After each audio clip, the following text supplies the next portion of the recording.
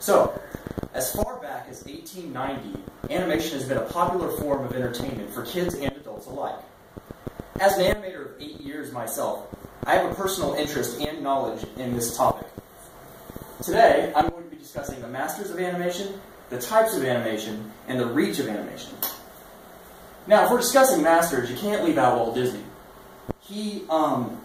There's few people who haven't heard of him. He built an empire on relatable yet magical stories.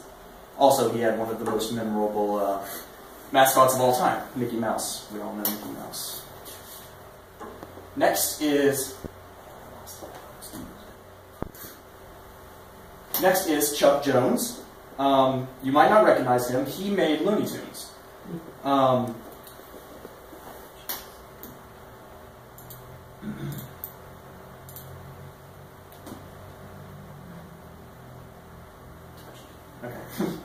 He made Looney Tunes. It's a long-running and wildly popular show that has entertained millions of people with its wacky brand of slapstick. Next, someone you might not recognize.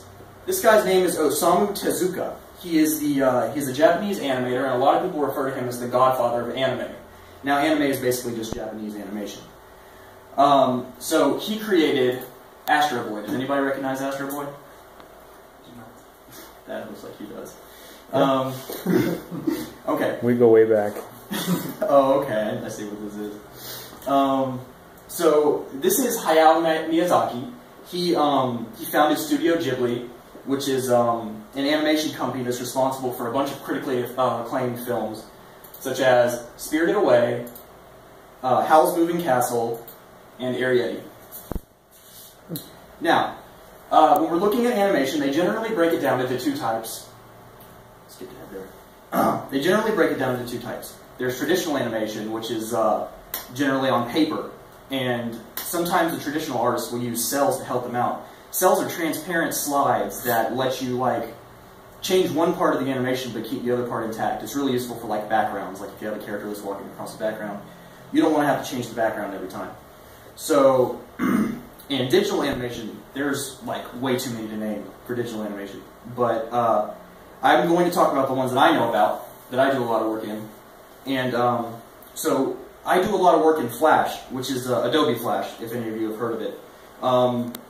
It's vector images, which the really cool thing about vector images is that you can scale them up, scale them down as much as you want to, and they don't lose image quality. They don't ever get blurry. Also, they're really good for web playback. It's easy to integrate them into web pages. And I have a little animation that I did right here for you guys. So it's this is really simple, silly. I don't even really know what I was doing. Just it's good for making animations basically. Aside from that, the 3D modeling, well, animation. I can't say I'm good enough to animate those because it's really complicated. You gotta model a character, you gotta rig it up with bones, then you gotta log the position. It's way more complicated than 2D animation. But I did model some things. So here's a few examples of that. There we go. Okay, and that one's not finished. I never got around to doing the mouth on that one. It looks like Brad. A little bit. I don't see it. So there's this misconception, especially here in the United States, that animation is for children. It's exclusively for children. And it's an understandable position because we're not really exposed to a lot of mainstream animations that are serious, especially not here. There's a lot of serious Japanese ones. Like I'm going to say, this one, Attack on Titan, this is a very gory animation. I would not let your kids watch it. It is very brutal and violent, but the thing is, it's very well written and deep. It's got good character development in it, and basically just an example of something that definitely was not made for kids. Even Cartoon Network's Steven Universe, which is it's been on TV a lot recently. I don't know if you've seen it. This one, it's really goofy and carefree and playful on the outside, but they talk about a lot of dark topics such as death, And here you can see Stephen rapidly aging.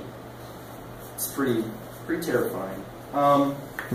And I'd like to explain Full Metal Alchemist to you, but for the life of me, I couldn't find a way to make it less offensive. Like it is. So here's just a creepy picture of one of the characters. Ugh.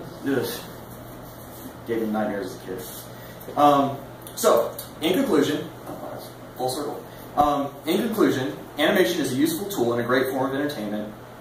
It is a unique and interesting display of culture, and though many people think it's for children, there's a genre for just about anyone.